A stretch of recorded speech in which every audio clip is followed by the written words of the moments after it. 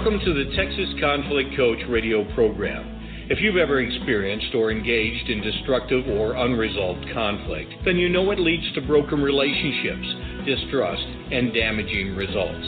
Our program will help you manage and resolve conflict effectively with strategies, valuable resources, and support. Since 2009, our radio program hosted guest experts from around the globe sharing their perspectives, experiences, and expertise while giving you food for thought.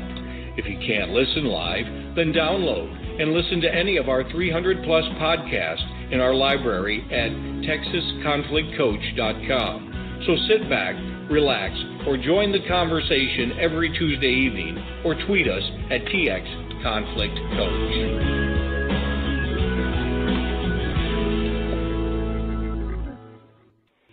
In today's workforce, workers must be adaptable.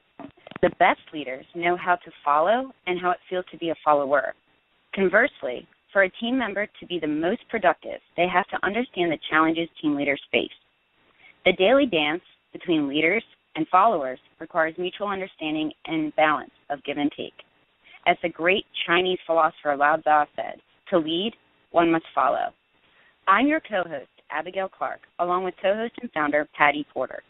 On tonight's program, Teamwork Tango, using partner dancing principles to improve organizational leadership, we will be talking with our guest, Yael Schy, creator of the Teamwork Tango training approach.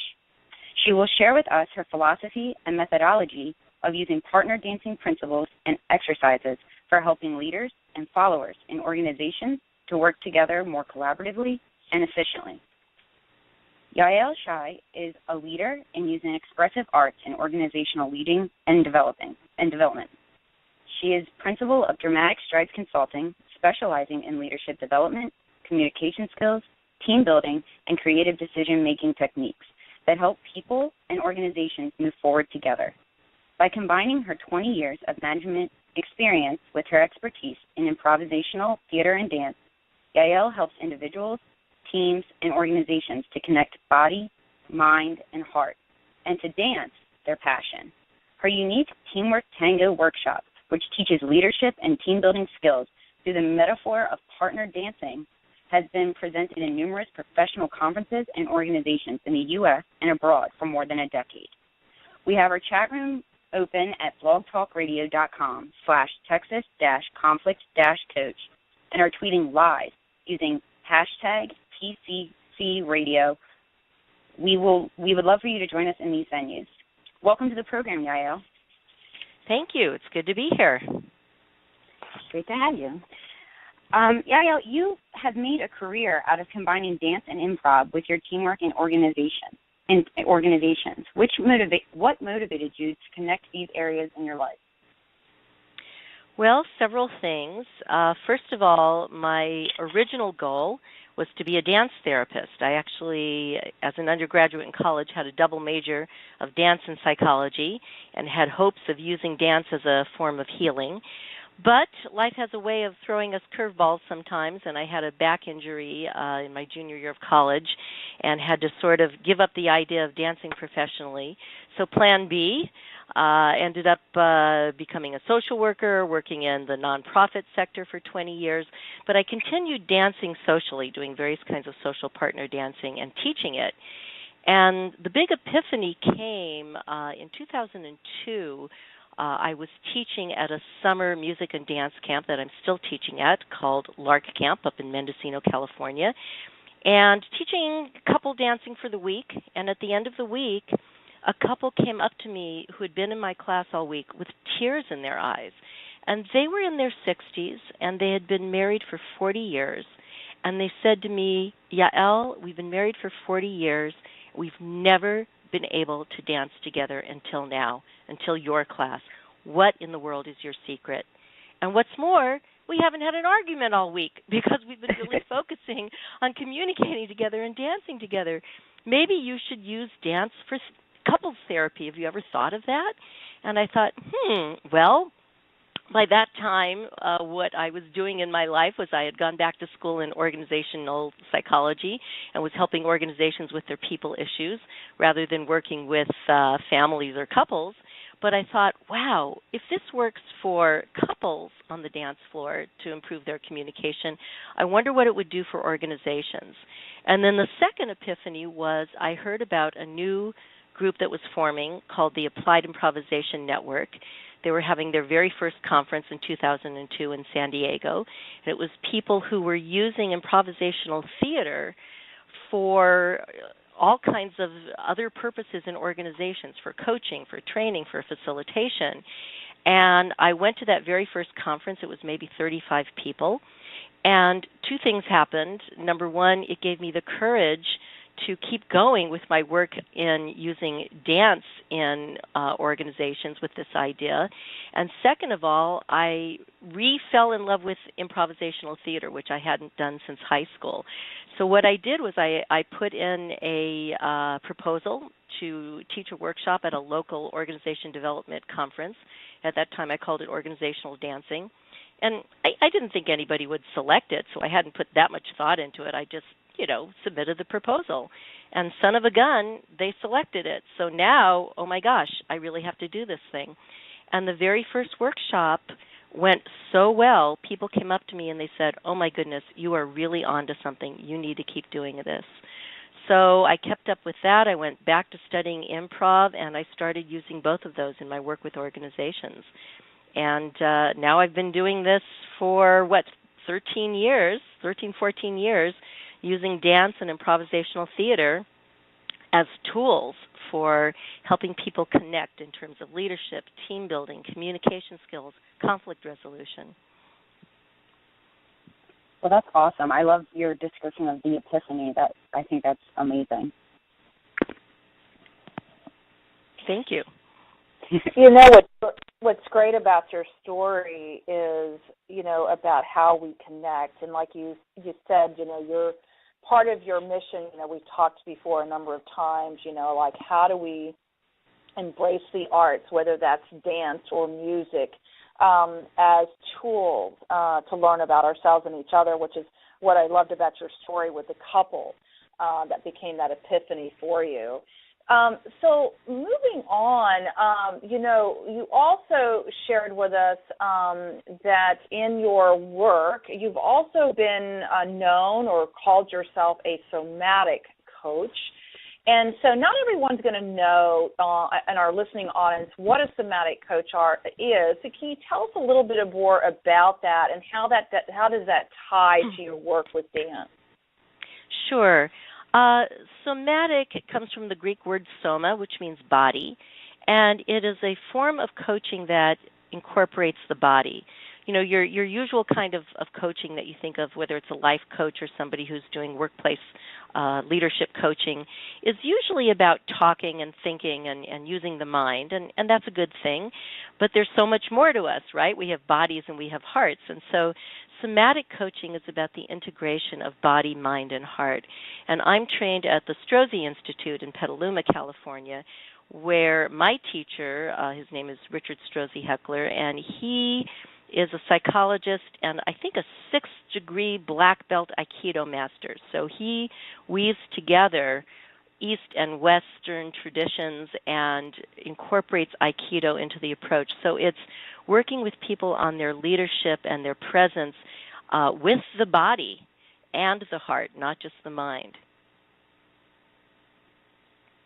So with the mind-body kind of heart, connection, with the dance, obviously that's the body, but you're not just teaching or explaining, certain dance steps. Is how I like that, because when you're dancing, you're getting very present in the moment with yourself, with your partner, if you have a dance partner, so you're having that connection there. But tell me more, just elaborate just a little bit more, and I know there's a number of principles you're going to introduce as well, but how does that connect to the heart piece of it? Is it just literally the connection, the human connection? Is that what you mean by the heart connection? Well, it has to do with your passion, with, first of all, tying your personal values to the mission of the organization. And if you're working in an environment where you can't get behind the mission of the organization, then you have a problem. Hopefully everybody can find something in the mission or values of the organization that they work for, whether it's for-profit, nonprofit, government, whatever, that aligns with their own personal values. And it's a way of bringing those values and that passion to your work.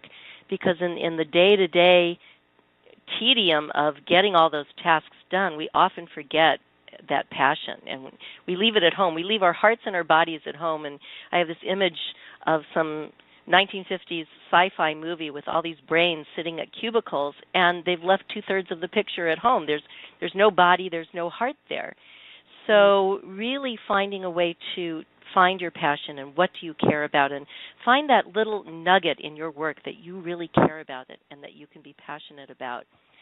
And in the work that I do in my workshops, the way that comes about is I deal with all three. We talk about leadership theory as well as some theories related to dance. And when I first developed this workshop, I read everything I could get my hands on in terms of not only leadership but followership.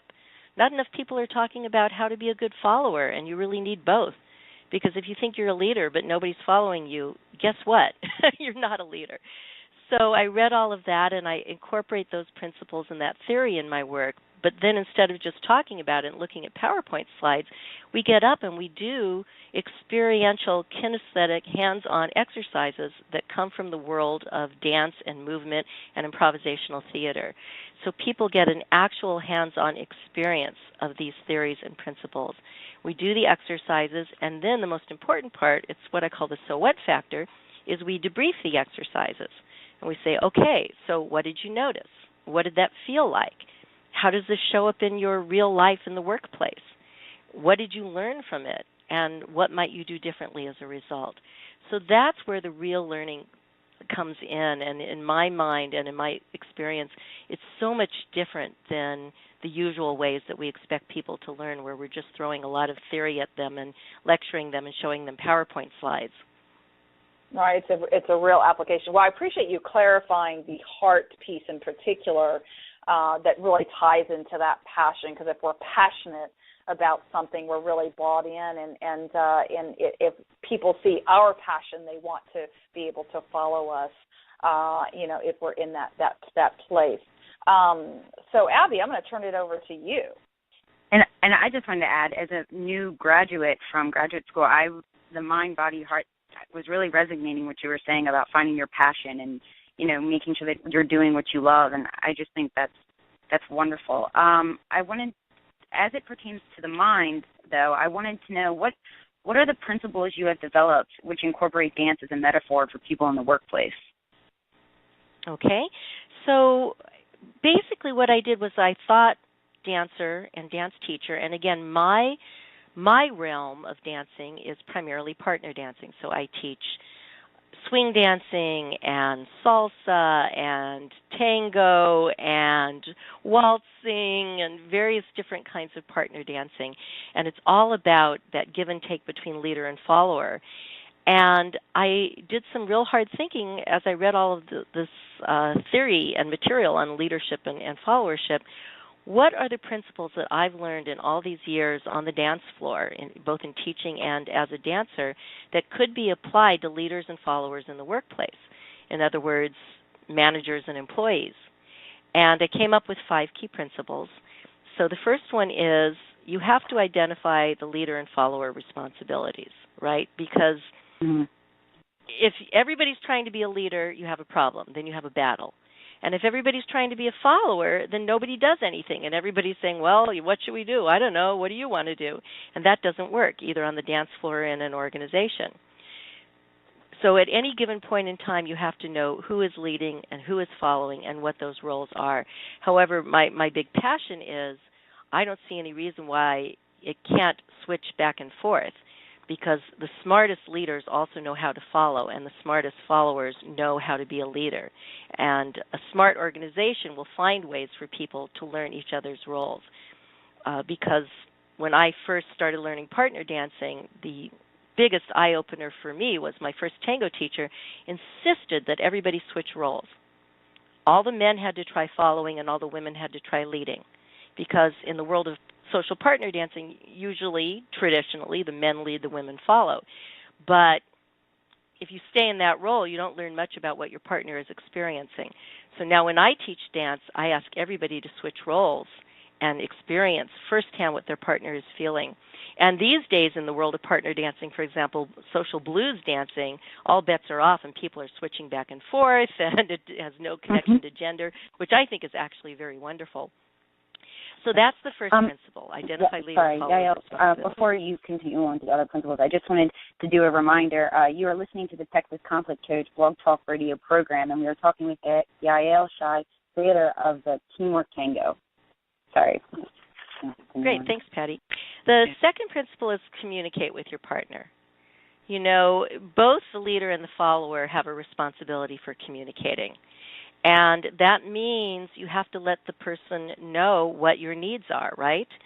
You know, too often there's miscommunication, both on the dance floor or in organizations. On the dance floor, a lot of that communication happens non-verbally, but occasionally it even has to be verbal. I have some dance injuries because I was too, I'll just go ahead and say it, I was too stupid to say something to my partner when they were hurting me. You know, I was thinking, oh, my gosh, well, it's only 3 minutes and then the song will be over. Now, that's crazy, right? But how often in organizations do employees, do followers allow themselves to be hurt, maybe not physically, but psychologically, emotionally, stressed out, whatever it is, because they're afraid to say something to their boss?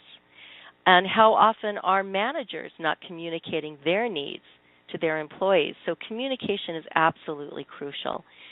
And then the third principle is listen to the music. Now, on the dance floor, it's kind of obvious what that is. You know, if you're dancing wonderful salsa beat, but the music that's playing is a waltz, well, you're not exactly in sync with the music, right?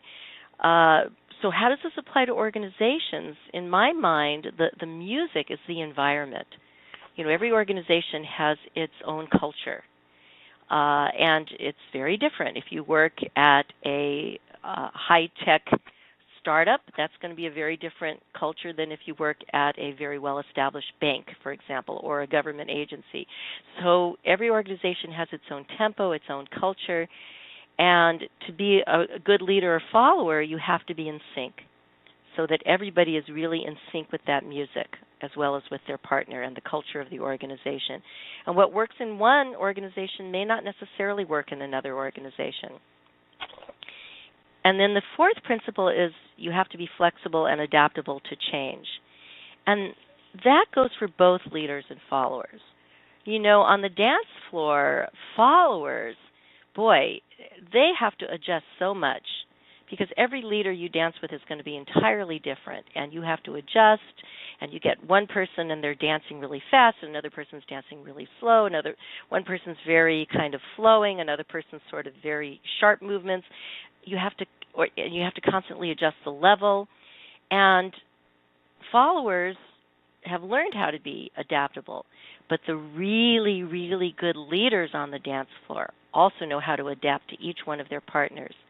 They're going to gauge what they do to their partner's level of experience, to the way their partner moves.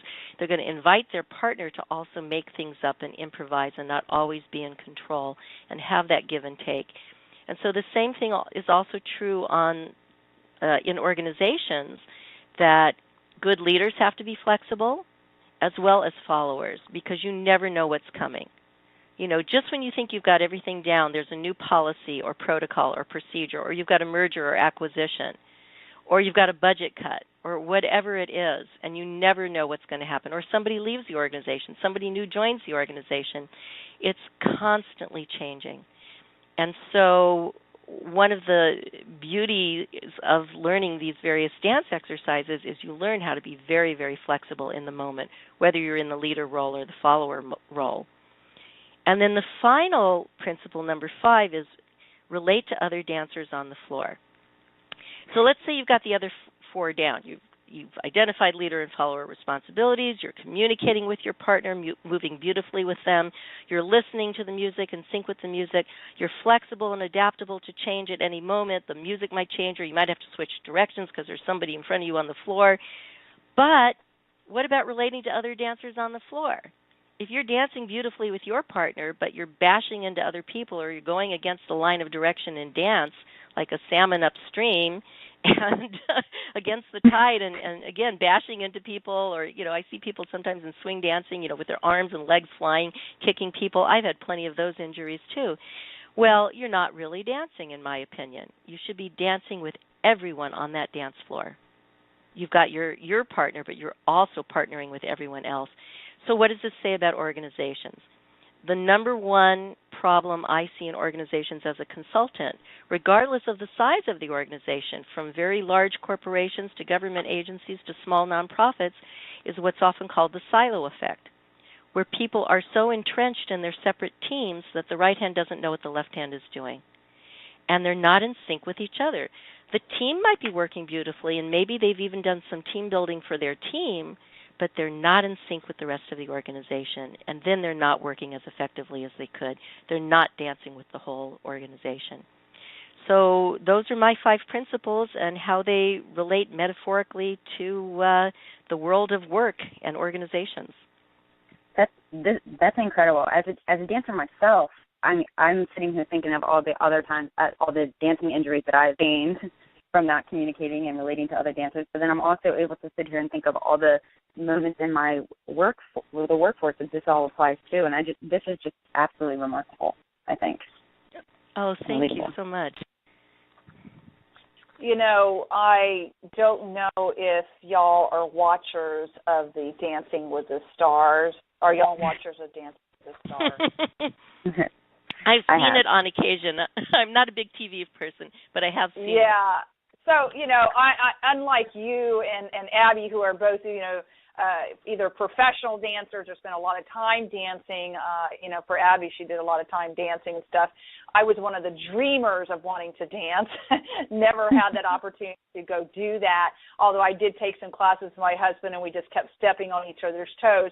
But we got through it, and I love dancing, and I love it by watching it on Dancing with the Stars. And what kept coming up for me as you were talking about, these principles and the leaders and the followers and what's the music in the organization, are we listening, are we tuned in, are we in sync?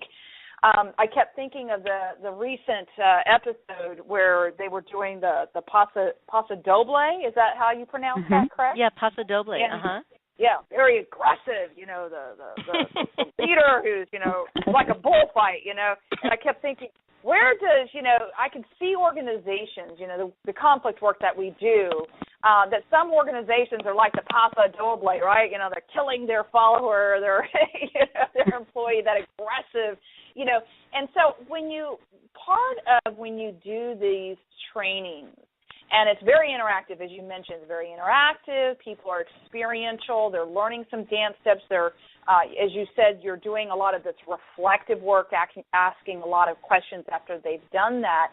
Where does it come up for you in some of these trainings about the leadership approach to the dance, right? It's about knowing where your partner is, communicating with your partner. Are you listening to the music? Are you being flexible and adaptive? How are you relating?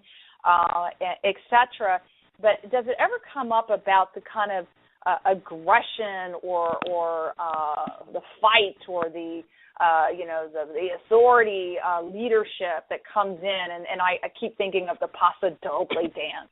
I don't know what you might say about that, but how does that come up in your trainings, for example, and how you address that? Yeah, absolutely. A number of the exercises that I do deal with that issue, because our bodies are so wise. Martha Graham, the great modern dancer and choreographer, said, the body says what words cannot, and she also said the body doesn't lie. So instead of talking about what people's leadership styles are, I have them do it. So, for example, I have one exercise where I simply have people partner up. I designate, just kind of randomly, one's a leader, one's a follower, and I don't give them time to think or plan. I just say, okay, leaders, your job is to get your follower across the room in the most effective way possible. Go. And then I have them trade roles and do it again. And there's a world of information in the choices they make, because I don't tell them how to do it. They go on automatic pilot. And then I ask them, as we explore, what were some of the different choices that people made. I ask people to volunteer and show what they did, and then I ask, how does this show up for you in your real life at work? So, for example, some people are more forceful. They might push their partner across the room. Some people might pull their partner across the room. Some people might link arms and walk across together more collaboratively. I've seen people delegate and say, excuse me, would you please walk across the room, the delegation approach. And I've seen on occasion someone pick up their partner and carry them across the room, feeling like they have to do it for them because their partner couldn't possibly do it themselves. And so then we talk about, is this a pattern that you tend to fall into when you're in a leadership role in an organization, on a team? And so there's such a world of information there. And then another exercise, partnering exercise we do that has to do with leading your partner and following, and how much force does it take? How hard are you pushing? There's such a thing as not enough direction, where your partner doesn't know what the heck you want of them, and there's such a thing as way too much, where you're really being too forceful. So I have them trade off leading and following and experimenting with the difference between too little, too much, and just right in terms of force. And that can get into all kinds of discussions of conflict resolution. How forceful are you tending to be in the workplace? Or how much resistance are you giving when you're a follower as opposed to accommodating and going along or collaborating? So we go with those exercises, and then we talk about how those show up for people in everyday life. I love the analogy and that you use with them when they do that, and also love, again, the experientialness, because it's so powerful. So thank you for sharing that. I knew I kind of threw that out there, but that was what was organically coming up for me, is this Paso Doble. I was like, so that's great. I'm glad that they have that, that experience. Abby, what would you like to add or say now? That was awesome. I just wanted to say, in integrating the heart, how do we apply this in our real world work life? I know you. Well, it has to do with tapping into what you really care about. And it was such an epiphany for me. My life changed in 2002 because instead of being kind of schizophrenic, and I'm not talking about the clinical definition of that word, but being very split in terms of here's my work life and here's my personal life. Dancing was my passion, but it was totally separate from my work. And ever since I found a way to incorporate my passion into my work, it has completely changed the way I think about my work. Do I get to do my dancing passion in my work all the time? No. I often have to do more mundane things. And there are always going to be tasks in our work that are less pleasurable, but you have to find something in your work that gives you passion. So for me, that's the key. Whatever it is that you love, if it's gardening, if it's sailing, whatever, use it in your work. It could be metaphorically or it could be literally. I literally use dancing, but it can also help to use a metaphor for yourself. I love that.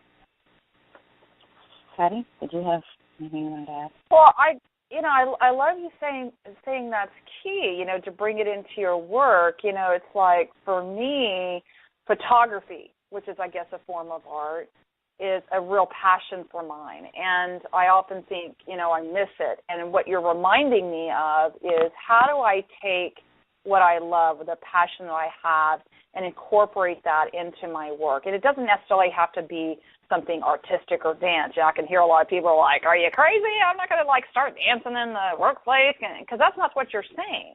It's about tapping into that heart piece and that passion piece, and how do you integrate that, so that it's creative, it's useful, it's effective, it shows that leader, and not just for the leader. I would assume you're also saying for the follower. What is tap into that passion and how they integrate that into the work that they do. Right, absolutely. And part of the role of a follower is knowing when to say no, of being a courageous follower, not just doing whatever you're told if it doesn't feel right in your gut. Mm-hmm. Right? So there's a lot of work that we do with that too, of, that between the leader and the follower there's this certain agreement, but it doesn't always mean that the leader is always right and the follower has to do whatever the leader says, because sometimes leaders give bad directions. Yeah. Well, and it's kind of like what you said, earlier about, when you gave the example of when you were dancing and it was really kind of hurting. but you didn't really say anything. It's the same thing for the follower. If it's hurting, it's not right, it's going against the grain, whatever that is that your instinct says, I need to speak up, but we get afraid, then that courage is what allows us to be able to, to communicate, like you said, those needs and everything. Mhm. Mhm. So, as our listeners are aware, each week our guests give an assignment of the week or a call to action. So, Yael, what assignment or call to action would you like to give our listeners this week?